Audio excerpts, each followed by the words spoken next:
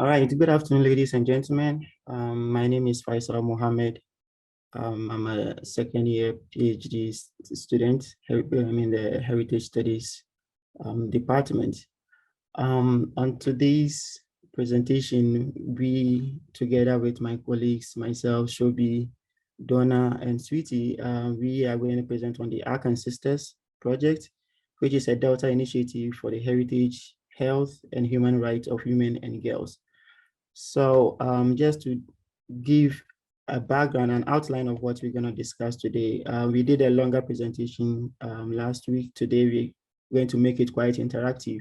So instead of me going much into talking about it, we're going to have a discussion, so to speak, with my colleagues. So we're going to talk about the Arkansisters Project, what it actually is, some of the definitions that we are aiming at in order to focus on what exactly we are doing in the project. Some of the relationships of heritage and health, we're going to discuss that, community and trauma, why the Delta is important for this project, and then also the most important focus, why women are being centered in this project, women and girls, and then what we aim to produce at the end of the project, and also what to accomplish. So these are some of the discussions that we'll tie together with my colleagues, what we aim to achieve today. So the Arkansisters Project, we can categorize it into three. It is one, a collaboration between the Heritage Studies PhD program and the Delta Population Health Institute of the New York Institute of Technology, which is on Jonesboro, the Jonesboro campus. And also we focus on the intersectional analytical lens, in the sense of we're looking at health and well-being of women and girls. In the definition of health, we try to look at health not only in the presence or the absence of sickness, but the totality of the well-being of the individual who is connected within a community. So looking at this framework, we aim to look at it from a transdisciplinary approach that borrows from other disciplines from medicine, from public policy, as well as humanities and social science, art also included, under the umbrella of human rights, so that we can use this disciplinary approach to understand challenges that are in communities of focus. So challenges that impede health, human rights, and social justice that are being experienced or have been experienced by women in the past in the Delta region.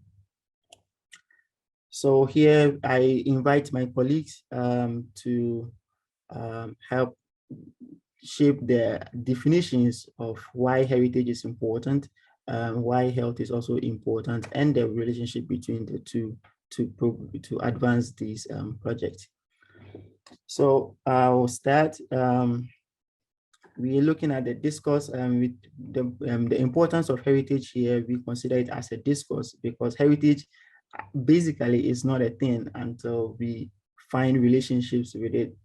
We put some form of focus on it. So the discourse in the sense that what community do, what community have done, the experiences that community have gone through that they hold dear to themselves and to their heart, that ascribe some form of value to that community that can be defined as heritage. So it is the relationship, the discursive, the ideas that are generated as community go through different transformative stages in their life that we can put focus on, and the community hold as value, as dear to themselves. This is where we start the beginning of heritage in terms of discourse. What do you think, my colleagues, about heritage?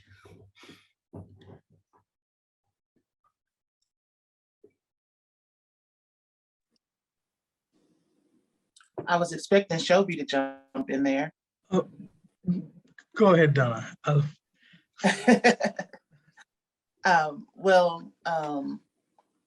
obviously, we're in the Heritage Studies program. So heritage is of much importance to us. And we're learning every day that heritage changes. It's not a static thing. It's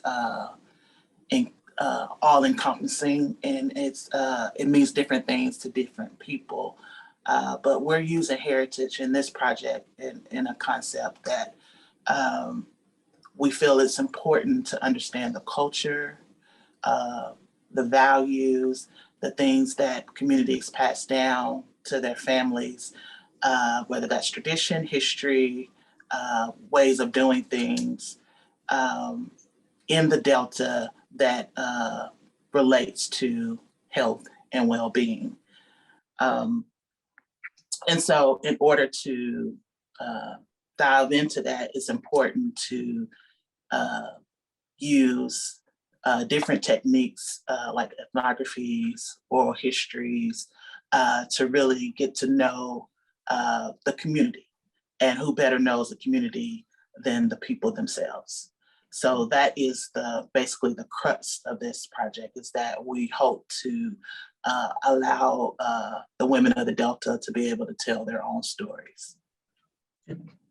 Yeah, basically, like continue on with what Donna said. Like heritage as a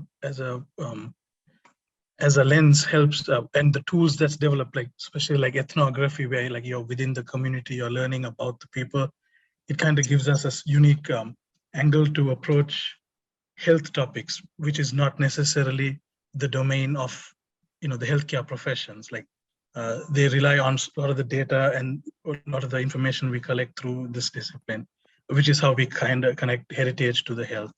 And we define health here, which I'm jumping to the next definition here, as a complete state of physical, mental, and social well-being, and not merely the absence of disease or infirmity, which is the definition of the World Health Organization.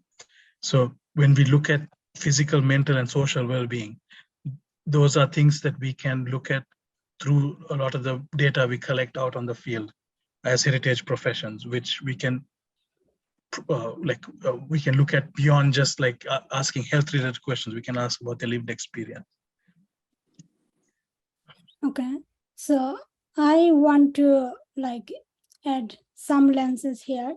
So heritage, so various scholars define heritage various ways, but in that point, we are basically seeing heritage as a constructing identity that is fundamentally linked with the sharing collective knowledge, such as traditions, norms, cultures, and the Arkansas women basically are connected with this chain of connectivity. And in this case, Arkansas Delta women, they are deeply connected with the heritage through their tradition, through their norms, through their customs and cultures. And that's where they are linked here.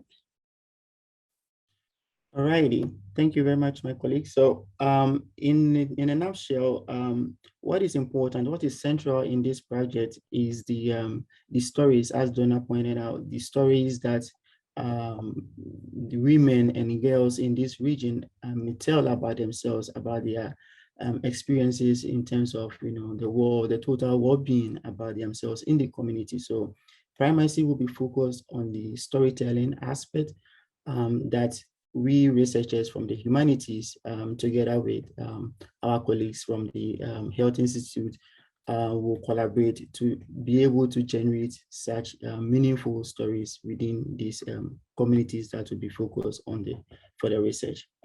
So we move on to the next slide. Shobi, you here? Okay. Okay.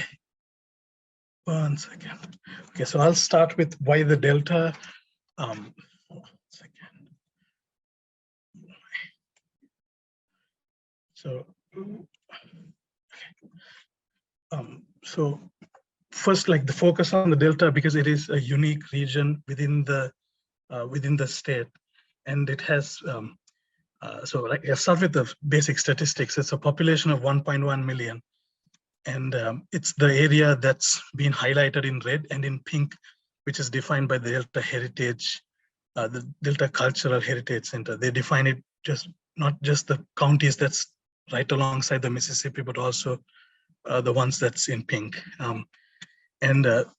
But within this, within the Delta, there are 2 counties that have, there are big cities, which is Jonesboro here, and then Pulaski County, which has Little Rock. So if we exclude that, there's 654,000 people living here within the Delta. And all data suggests that, that this region has unique challenges. It has the highest rates of poverty. 23% of the population live under the poverty line in the Delta, which is the worst in the whole region.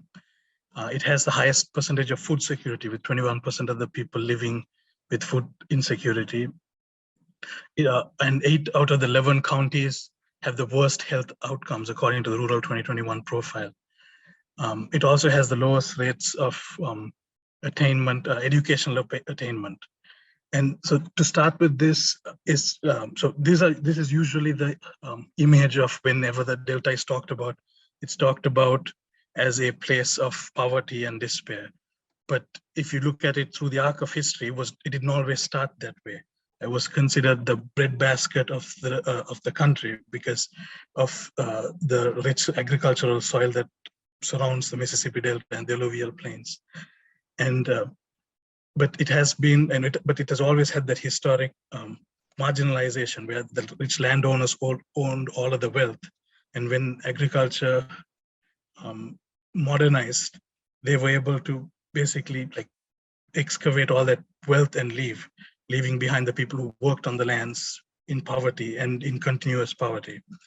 So it is a region that needs a unique, it's a region that needs special attention to tackle some of the issues that are in the region.